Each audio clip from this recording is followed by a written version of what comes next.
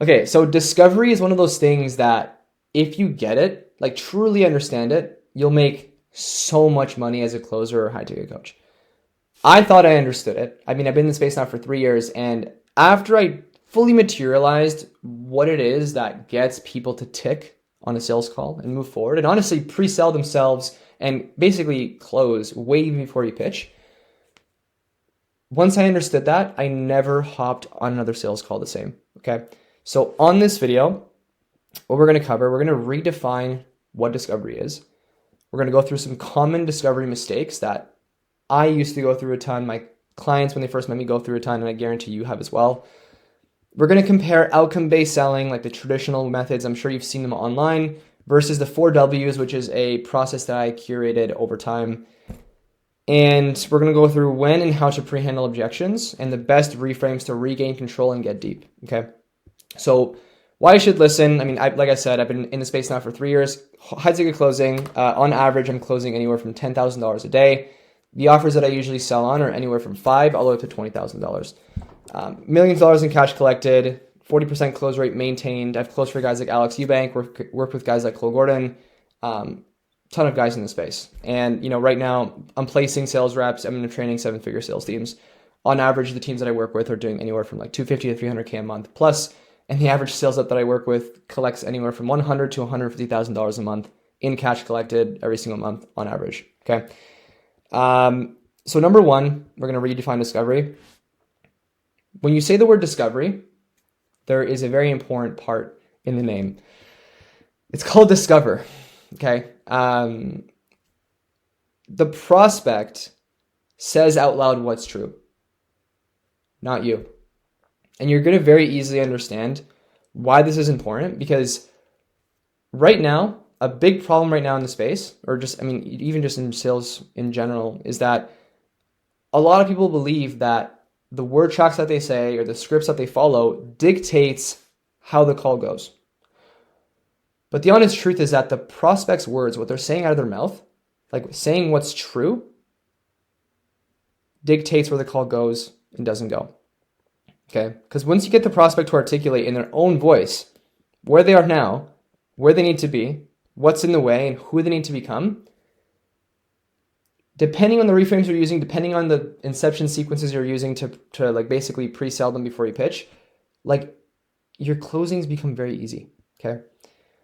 Because the biggest lie right now, just in general in sales, is that like this gap selling thing where it's like, the bridge between where they are now versus where they need to be is your program, right? And I thought the same way too. Like I genuinely thought the same way too. But the bridge is them, not the program, nothing else. Okay. Like that thing in the middle, them, is the most important thing on the call. Not their goals, not their current situation, them, who they are now and who they need to become. Okay. So that's why I comprise this like 4W sequence, this 4W method, because how can you ever change someone if you don't understand them? Think about that. That's why I created the 4Ws, who they are, what they want, and why they're not. We're going to cover them right now. But I want to go over some discovery mistakes that are super vital to understand. The very first one is starting on a weak frame. I'm going to lightly cover the frame that I use on my sales calls. I'm going to have a different video covering like the top frames to use. But the biggest thing is starting on a weak frame, because if you rush your frame or the prospect doesn't fully understand what they're on the call for and what's going to happen, none of your questions are going to land, and it's just going to be a complete nightmare. Not reframing early, which I'll show you how to reframe and how to take the torch back in your conversations. Again, being too rigid, being super locked into a script instead of reading the call, like making the call feel like water, fluid, linear. Lack of leadership, not challenging behavior, not probing to get what you need, or giving up. Like a lot of the times, there's so many opportunities where like a closer is so close. I'll be reviewing a call and like they're so close to getting what they want from the prospect, and they just move on because like they're too afraid to keep on probing, which is also like a sign of lack of leadership. Pitching every prospect, that's a huge one, which is like going through your entire discovery and thinking that the person is ready to be pitched and thinking that it's either going to be a 1-call close. Like sometimes, guys, you have to do 2-call closes, but you're not pitching on the first call, right? Which I'll briefly explain in a bit. And then trying to get eureka moments, which is a huge learning lesson for me, like thinking that like every outcome or every single thing that you're going to get on the call has to be like this massive like resurrection, like this.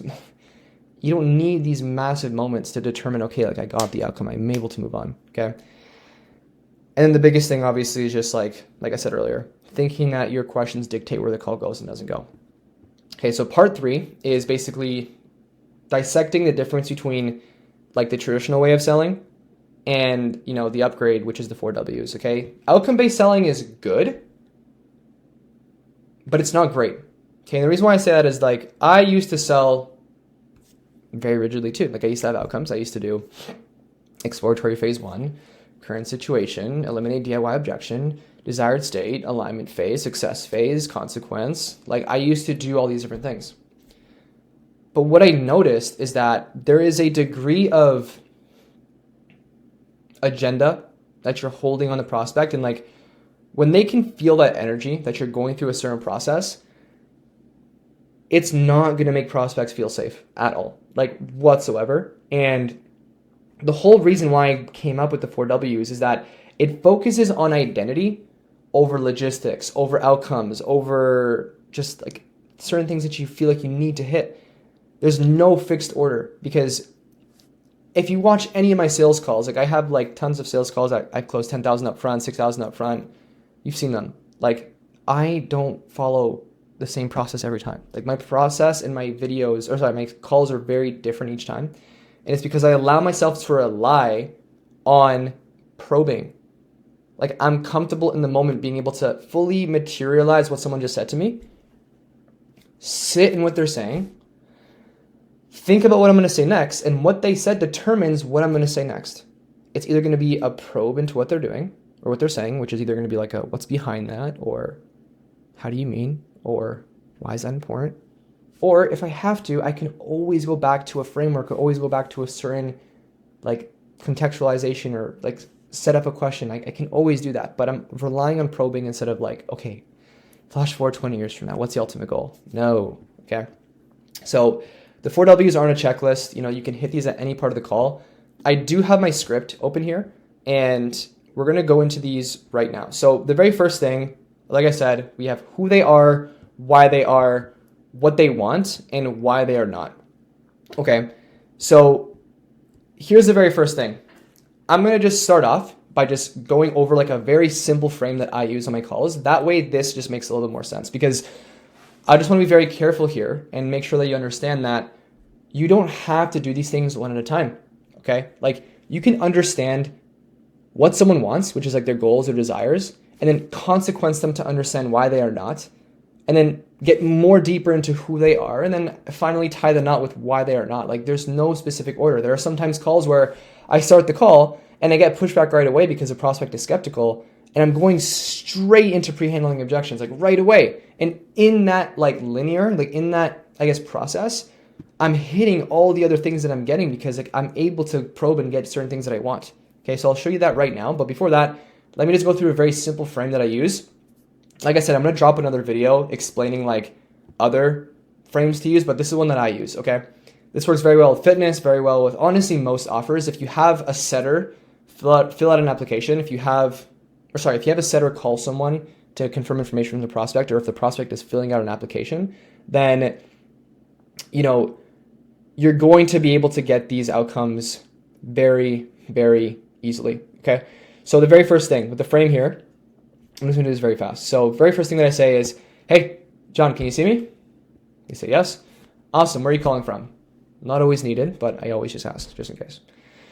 Then I ask, great, you ready for the next 45 minutes to dive in and chat? Now notice that I'm not saying like, oh, like, are we still good? Or like, are we ready to go? No, like I'm literally leading. I'm going, like it's not necessarily assuming, but I'm basically leading the position like, okay, we're good for the next 45 minutes to dive in and chat. Yes? Great.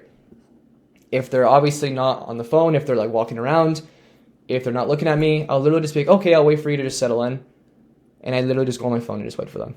Okay? But again, that's for another video. We're not talking about framing right now.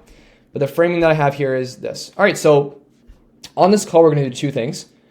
Number one, I just want to get like the boring stuff out of the way, like the logistics and numbers, all that jazz. And then second thing, I want to get to know you more, right? I want to figure out what you want to build, what's working, what's not working. And then if everything aligns, everything makes sense, I'll show you how the process works and we'll get started. Sounds good? Now again, that's a very strong frame because it's very rare that someone's gonna like walk over you and like ask the questions that they want to ask right away. That's why I frame it this way, because it's like, okay, first we're gonna get the numbers out of the way. Then I'm gonna get to know you more. It's like in their brain, I'm saying it slow enough where it's like, okay, this is my call. Like we're taking it this way. Here's what we're doing. Sounds good?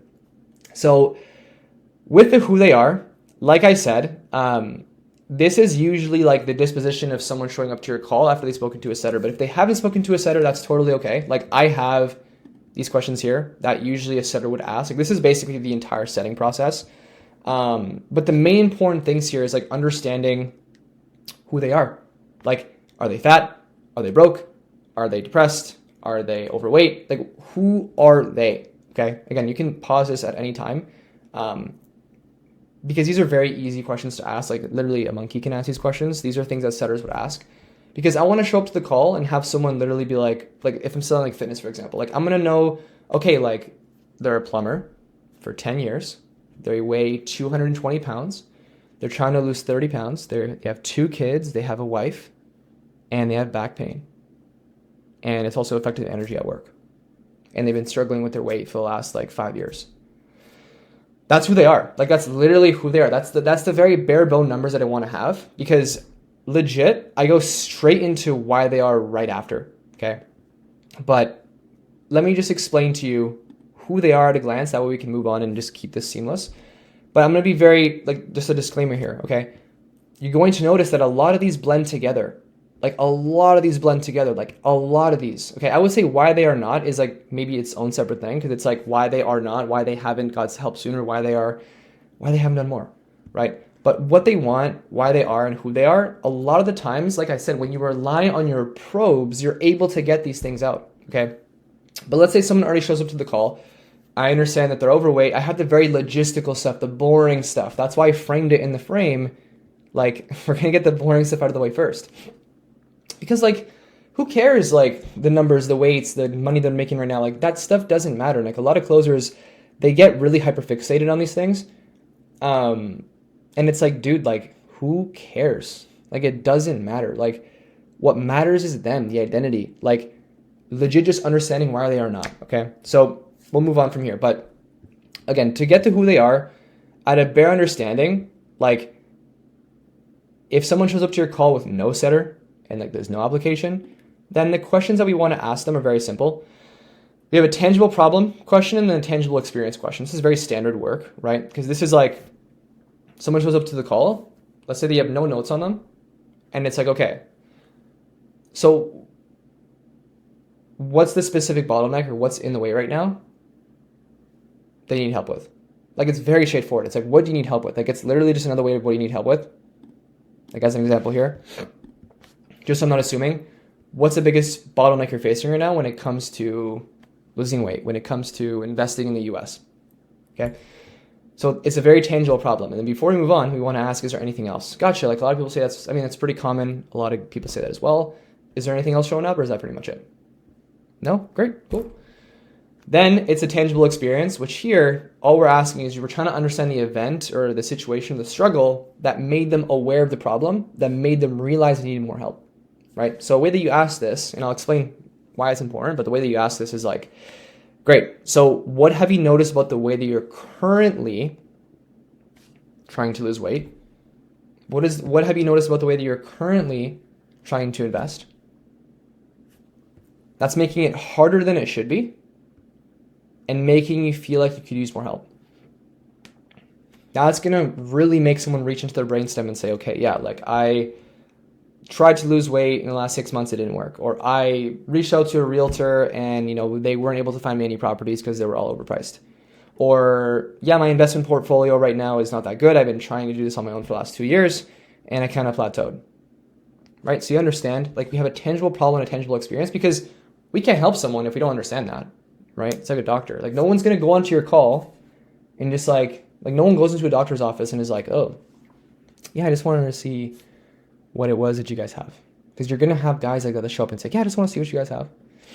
Okay, so like just I'm not assuming, like, like what's the biggest bottleneck that you're facing right now when it comes to this and then tangible experience? Okay. The next thing is probe time and impact. I don't want to stay too long on this because again, this also bleeds into like what they want and why they are. Because with probe time impact, it's a very simple trick to just be able to get deeper on something. As an example, like I'll just go through like the probe time impact here. Hold up. All right, boom. So with probing, again, simply it's just asking like why, or like what do you mean, or like explain further, like how do you mean? Like the probing is very simple, okay?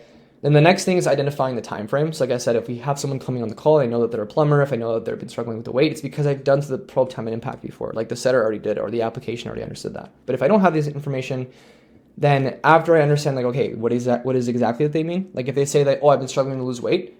Okay, like what do you mean specifically? Like what about that is hard? Oh, like, I just don't know how to eat. Okay, great. Tangible problem. Identify time frame, which is just like the time. Probe time. Now it's like, gotcha. So is that something that popped up recently? Or has that been something that's been there forever? Pretty self-explanatory. If they say, oh yeah, it's been going on for a while. Okay, probe again. Like how much time? And then impact, right, is very simple. It's just like, it bleeds into the why they are and what they want. But like, again, this is a very simple framework. If you don't know how to probe, PTI. Impact is, gotcha, so knowing that like you've been struggling to lose weight and with your diet for the last like 6 months, how does that sit with you? Another way to ask it is, gotcha, so obviously these things affect people's businesses in different ways. Knowing that you haven't been able to cash flow in the last like 3 years and you haven't been able to source properties in the last like year and a half, I guess how has that affected things like outside of your portfolio to be able to scale? Impact, right? It's just like more leverage. I'm not going to go too deep into this right now because I'm going to definitely cover it in why they are, okay? Because why they are is like why they are not. Sorry. Why they are is like why they are the way that they are. Like why are they wired this way? Okay, like someone that shows up, for example, fat, it's not that they just became fat. Like there was a why behind that. Like why did it get to this point? Like why? Like what did it get to this point? What's behind that? What happened? Like why? Like tell me why, right? So going back into the process, like in the script, right? Like again, whether the person came on with no notes or they did come on with notes, this is where the video is going to start making more sense. This is where I start like my first initial question, which is like the most powerful probing question to use ever. Like I use it for every script, like every offer I close or every offer that I train. Trust me, if you feel like it doesn't work, it does. You just have to be able to ask it a certain way. So if someone comes on and they're a plumber and they're struggling to lose weight, then the very first question that I ask to start this why they are sequence, or just to understand why they are, is I'm like this. Okay, so with all the notes here that we have that John relayed to us, or if you got it from them, it's like, okay, so with all the notes that we have here, like everything that we just covered, like where you're at in life, how everything is right now, how does this all sit with you? There's a degree of care. There's a degree of like, holy fuck, like what? He just asked me, how does this sit with me? Like, you have to be able to ask these questions like you're almost talking to like your parents. Like, there's a degree of concern that you have over the person. It's never like, yeah, so tell me, like, how does this all sit with you? Dude, I like, a lot of my students, when they first join, they try to like, aura farm, they try to be like me a little bit, but it's like you're overdoing it. Like people don't respond that way. Like you have to be rooted like an oak tree. Okay. The question here is, how does it sit with you? Because very easily you'll be able to detect where the conversation goes and doesn't go.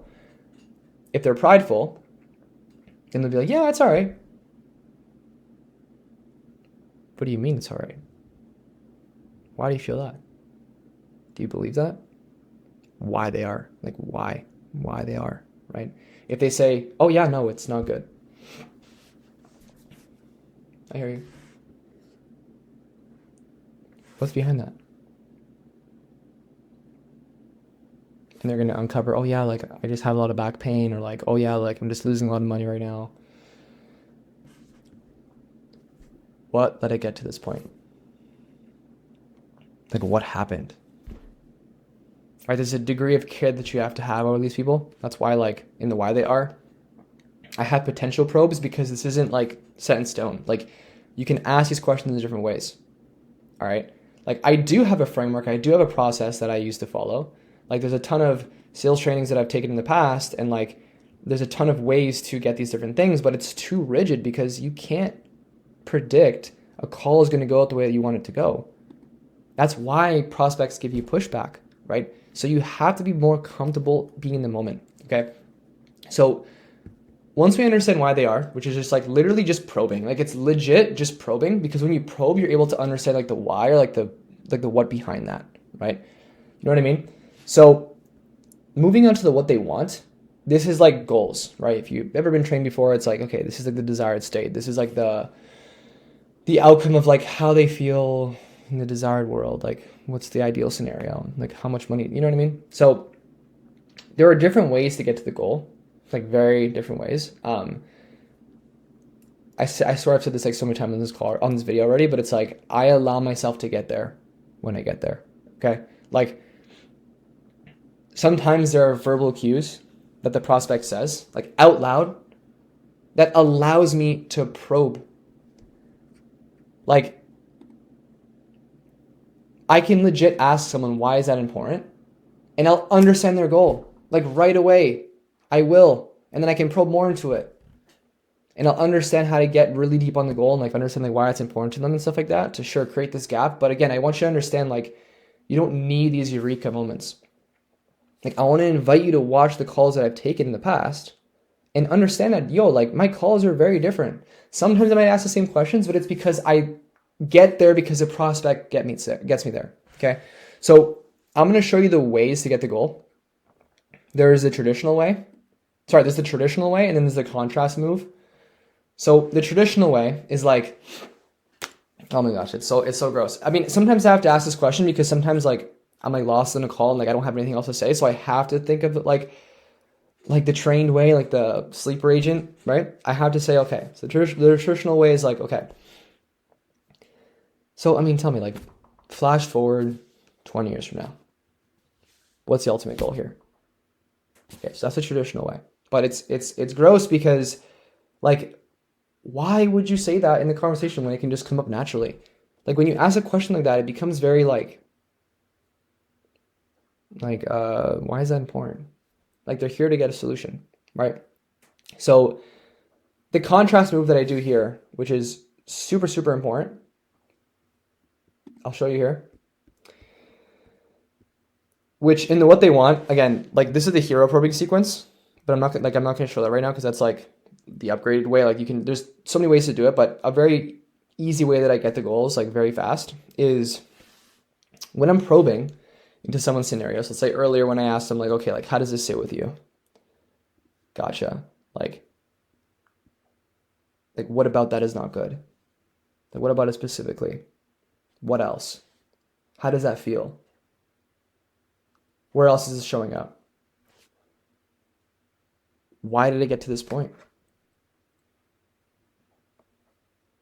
How does your wife feel? Where else is this showing up? Work, like what does your work look like? Your diet, what does that look like? Like even in a fitness offer, you can literally ask them what their bank account looks like. Like if they're saying, yeah, like I'm not good, like I'm very undisciplined with my health. Where else is that showing up? How do your finances look like? Like if you looked at your bank account right now, are you satisfied with that as well? But again, I'm not going to go off on a tangent here because I want to show you the contrast move. Like how do you contrast to get someone's goal? The killer question that I ask someone, which is potential consequences, is this what you deserve? It's so stupid. Like it's so stupid because it's so simple. It's like you ask someone like, you're asking someone why, like different ways of saying why, and then you just hit them with, is this what you deserve? Because you have to understand, like sometimes when prospects are giving you answers and they're telling you things about themselves and like they're telling you about the problem, it's like you can almost sense in their voice where it's like they're not admitting the guilt and they're not like super vulnerable if they need help. So it's very easy to ask a question, is this what you deserve? Now again, if it's more B2B, obviously you can ask, is this what your business deserves? Like, how does this make you feel? But the contrast move to get the goal is the opposite of what we just asked. So if we just ask them, what is it that you deserve? Then the next question is, what do you deserve? Right?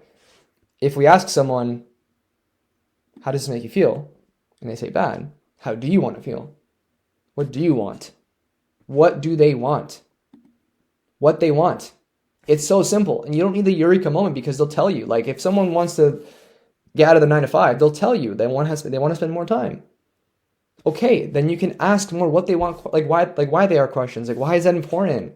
Like why? How come? Like again, it's so important to understand that the whole point of what I'm teaching you is just you got to get better at probing. That's why it's called skilled questions. Because a framework is a framework, but a skilled questions is a question that you come up with in the moment. So again, if I hit someone with is this what you deserve? And then the next thing I ask is, what do you deserve? They're going to tell me.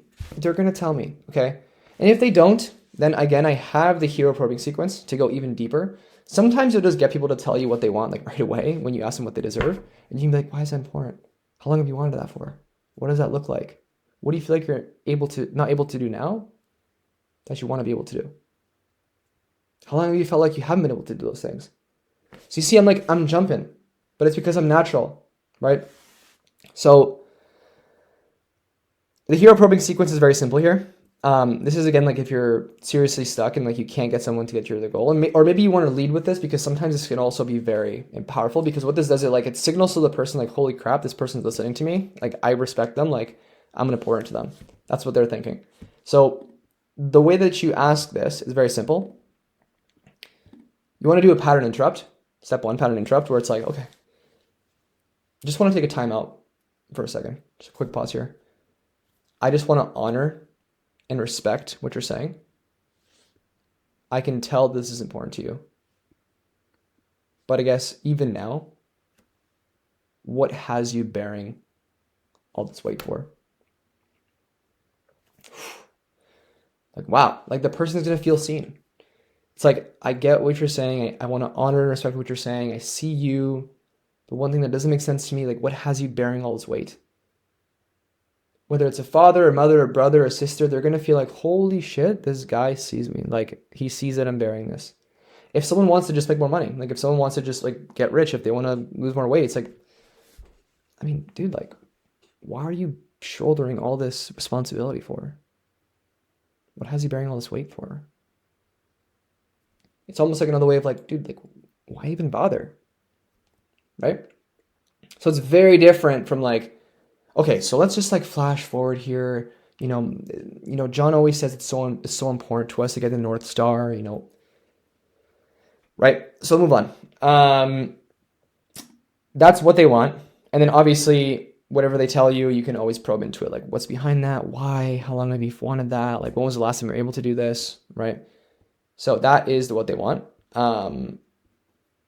Now, I'm actually going to jump ahead here before we go into why they are not, which is the pre-handling. I'm going to jump ahead here and go into some reframes when someone just says like they just want to make more money, because sometimes you're going to have guys and girls that are going to be like so like vague about what they want.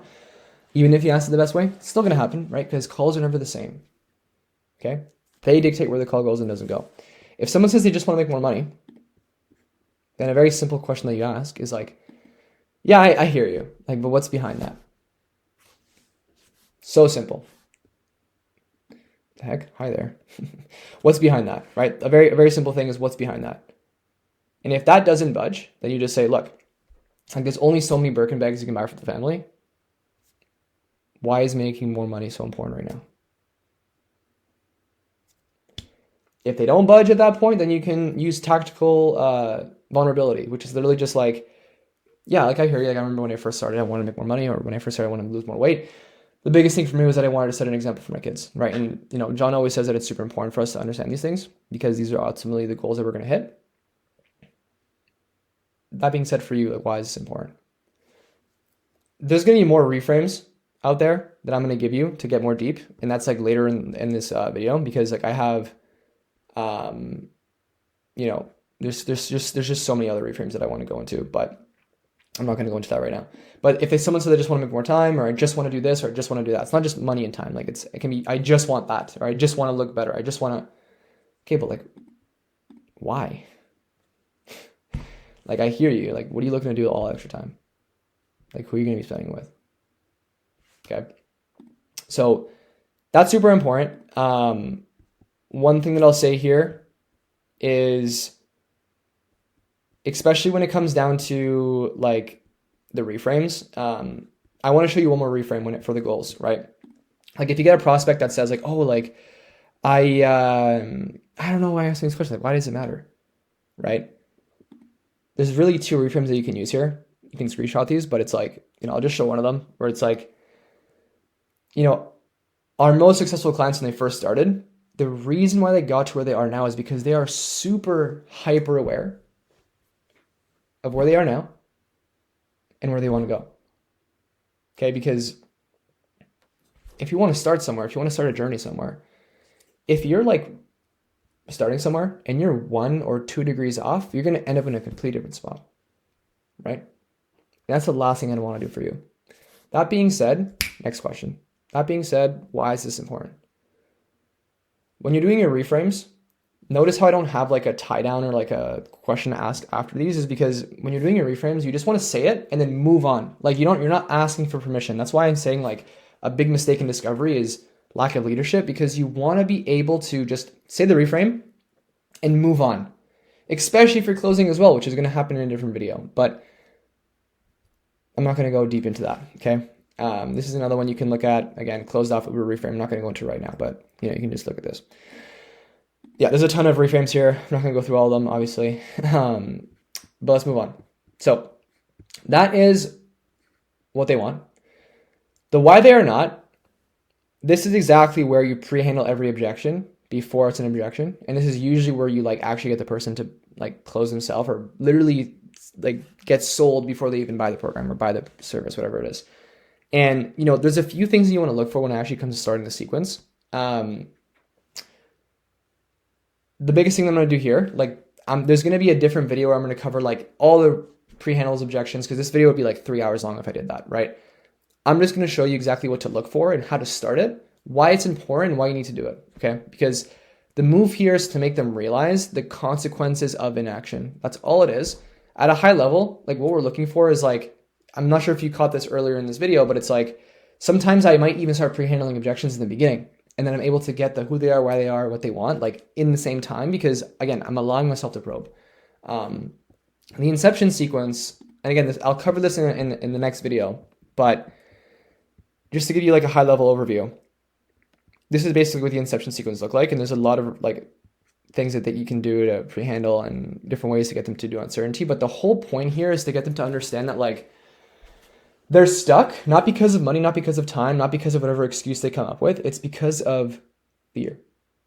Okay. Because the biggest thing here, like a big mistake that people think is that, oh yeah, the reason why someone hasn't bought in the past or hasn't gotten results in the past is because they said money and time. So then you might hear guys say like, oh, like, is that the symptom of the problem or the problem? Like, but if you try to, like, I get frustrated because like, if you try to pre-handle objections and you pre-handle those and you don't go a layer beneath, which is the fear, which is the actual root, great. But even then, when people say, do you feel like that's a problem or the symptom of the problem? And then they get them to admit that it's not the problem, and that's like, it's a symptom of the problem. The problem is that they don't have money or they don't have time, so they have to get resourceful. And then they ask them like, okay, what prevented you from getting resourceful?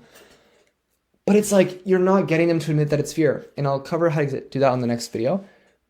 Because once you get them to understand like they've been stuck because of fear, because they haven't like checked themselves into the hospital to get the help, they've been prideful or they've just been scared to do that. That's what's keeping them stuck. And I have like a ton of, you know, things there. So with why they are not, you know, like I said, the things that you want to look for is either whenever someone says things like, oh yeah, like I just haven't been able to do this because of like time, or haven't been able to do this because of money. Like if it naturally comes up, in the conversation, you hit it. If it doesn't, there are ways to go to that, which is simply just by asking people like, okay, like what do you have in place for this? What do you have in place for that? They're going to say nothing. And then you're literally just like, okay, I mean, if you haven't had any thoughts to put these things in place in the past, like what's prevented us from doing that, right? Something like that. But again, we're not going to cover it fully now. So before I go into like the reframes that you want to use in discovery, because there's a few just like reframes that you want to have. Because again, the biggest mistake as well in discovery is like not taking back control of the call, or when you're not creating a good enough frame to be able to go deep. And that's why you get prospects that give you pushback. So there's a few reframes here. But before we do that, just to recap here, you know, the 4 W's are not a checklist, okay? They're lenses. And when you realize that, yes, there are certain outcomes you want to hit on a call. Yes, there are certain sales trainers that teach, okay, first you want to do current situation, then you want to do goals, then you want a consequence, and you want to do doubt, then you want to get their DIY objection eliminated, then you want to... Look, it's just, you need to be more comfortable being uncomfortable, okay? Sales is not easy. And if you want prospects to really feel your energy and be like, damn, this guy is asking really good questions, like they're really pouring into you, it's because the conversation feels natural, okay? Like you want prospects to feel honest. You want prospects to feel safe, right? But if you're too rigid, if you're too scripted, you're not going to get there. So again, think about this.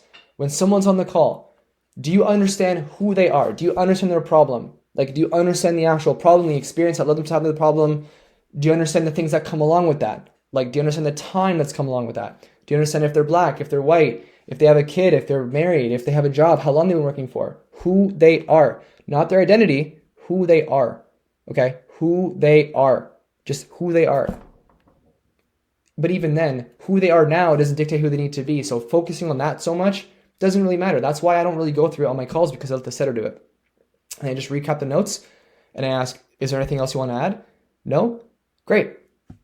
So in terms of the process, in terms of all the notes here that we have, where you're at in life, just looking around you, how does this all sit with you? Okay? Then the why they are is just understanding, really, it's just understanding the what behind, like the why behind the what.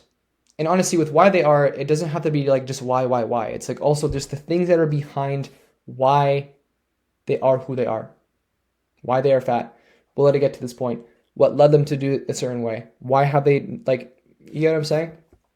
And then, you know, the what they want can come very naturally in the conversation. In all honesty, like if I have someone tell me what they want, whether it's more time or more thing, usually I'll only ask, why is that important? I'll rarely ask how that'll make them feel. Like, you don't need to, right? You don't need the eureka moments. Just throw that garbage out. So again, the biggest thing that we have to focus on is identity, because the bridge that we're helping them get across from who they are now versus who they need to be is them.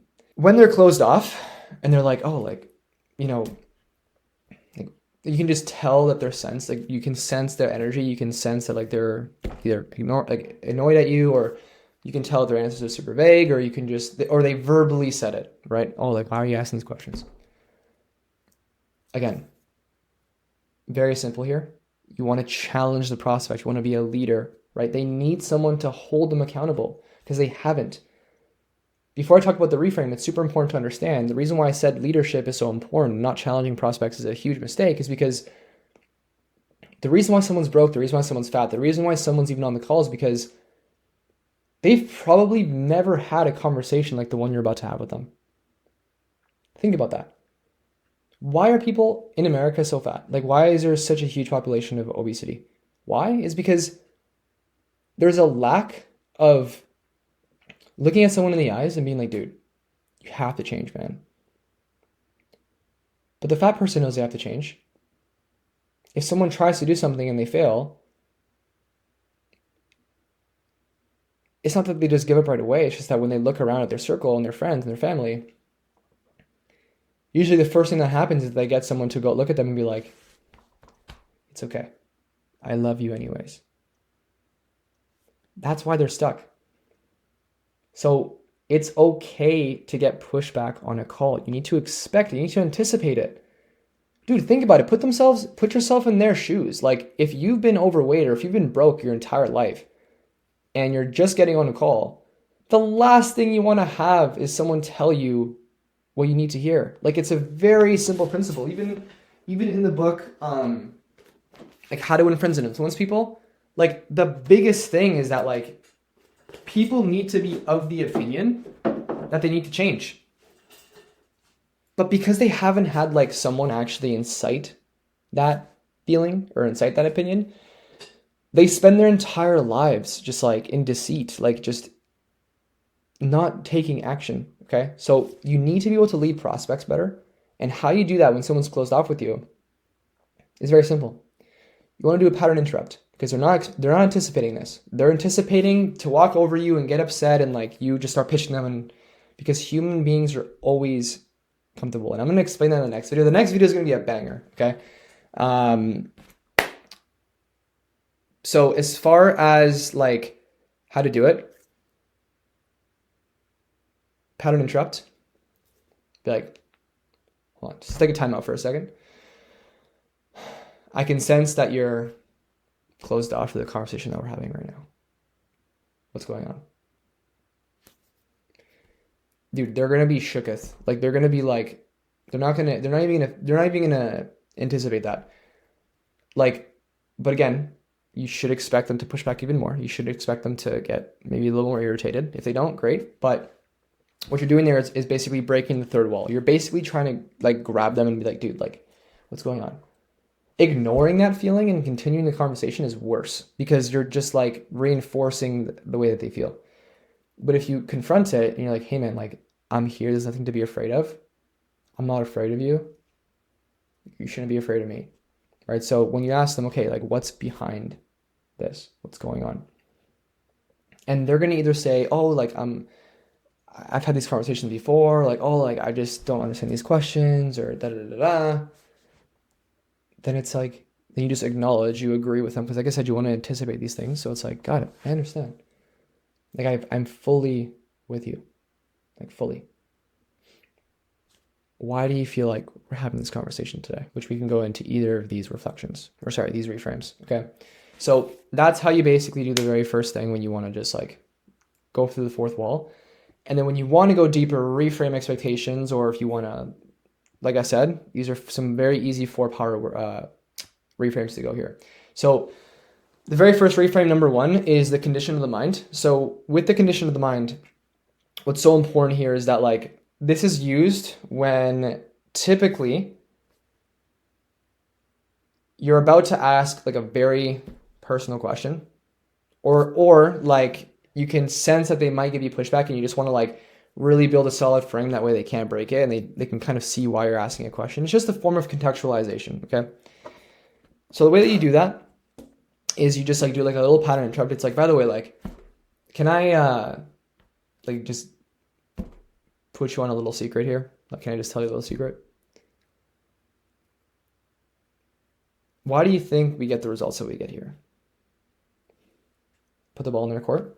They answer. They're not going to be able to say. Like, they're going to say something random.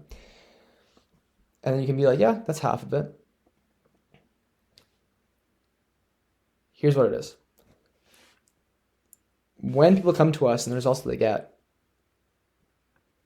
none of these things are contingent on the condition of someone's bank account, the condition of someone's physique, the condition of someone's diet, whatever the offer is, right? Condition of someone's investment portfolio, the condition of their health, condition of their diet, condition of their bank account, condition of their career. Just make a bunch of conditions up that are like material to whatever your offer is.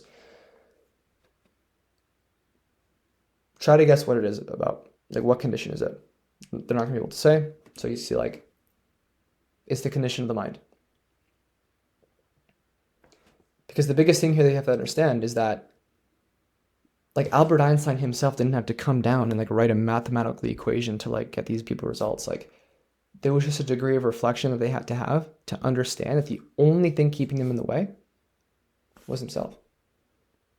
And that's why we're having this conversation today. And the reason why I'm sharing this with you is because I want to get very, very deep on this call. So you can end the reframe there, and you can kind of go into like the hyper awareness part, which is like, you know, a trait that all of our clients have. It's self-awareness, right? They know exactly where they want to go. They know exactly where they are now, and what are the things that are keeping them from getting there. And that's what we're gonna do on today's call. So it's just like a good frame to have. You can either use that when you want, like, you're getting pushback, or you just want to build a solid frame. Another good reframe that I like to use is blood from a stone. This is kind of like to pad their ego, or to like make them feel good, to make them essentially like, just you're just padding their ego, and like you're basically reinforcing good behavior, positive reinforcement. That way they continue doing the good thing. And the reinforcement, the positive thing that you're reinforcing is like them being vulnerable or them being open. And even if they're not, like if you just say this in the beginning of the call at some point, they're just gonna now, like, you've gave them a good name. You gave the dog a good name. It's a principle in the book that I showed you, and they're gonna want to stay congruent to that, because human beings want to be congruent. More on that on the next video. But for the reframe here, this is the blood from a stone reframe. So what I do is, like, I say this, and like, by the way, look, I can really appreciate like how open you're being right now. Self-awareness is the hardest part. And to be honest, like some of these conversations with other people, it's like trying to draw blood from a stone. Right? So you're making my job so much easier, and I just want to say I appreciate that. Next question. Okay, that's reframe number 2. Reframe number 3 is success without failure. Okay, this is a big one. These two are mainly for like people that, again, you either want to build a solid frame or you're getting pushback. Again, reframes can be used for any scenario. Success without failure is used when you can kind of feel the conversation going in circles a little bit, and you really want to get to like the point of like the consequence, because sometimes you also want to like ask someone like, what happens if we don't change, or like, what do we have to put behind you to make sure that you move forward? Like there are certain things that you want to ask. This is a really good question, or a really good reframe to use. So the success without failure one goes like this. It's like, okay, just take it to a quick pause here for a second. Do you know the biggest reason why people don't succeed in life? It's because they consider success without failure. Like, it's very easy to talk out loud what people want, like the life that they deserve, what it looks like, how it feels like, but it's very hard to explore the other side of the coin. Okay, which is exactly what failure looks like. Because not many people reflect that deeply, because their brain doesn't want to go there, because it's uncomfortable, they never envision themselves at the end state of the consequences of their inaction, which is why you have a lot of people who are comfortable. If they truly envision themselves like the what if, a lot of people would be doing a lot more. Would you agree? That's why some people wait until they hit rock bottom to make a change. And because I care about you, we're going to explore both sides. So that's the first one. And then the lack of reflection is basically like it's a very similar one to this one. This one's more geared towards people that are either being stubborn, and people that are like, just truthfully, like they just need a wake-up call, right? So usually what I say here is like, why do you feel like I'm asking these questions? I mean, from what I've seen, I've taken thousands of calls. We've helped thousands of people. The reason why we see people end up in this position is because they don't think deeply enough about the decisions that they make. Perfect example, like the guy that does meth on the street, he didn't think deeply enough the moment that he pulled up the crack pipe or whatever. That's why he's on the side of the street. That's the reason why we find ourselves in the position that we are in today, because we didn't reflect deeply enough back then. The change that's been delayed up until this point needs to be addressed. If I didn't care about you, we wouldn't have this conversation. So if we continue to push off reflection, where are we going to end up? Something very simple as that. And if you've gone this far, there's some resources down below. If you're looking to work with me one-on-one, there's a link in the description. The next video, we're going to be covering pre-handling objections. So I'll see you on the next one, and let me know what offer you're selling on in the comments. Take care.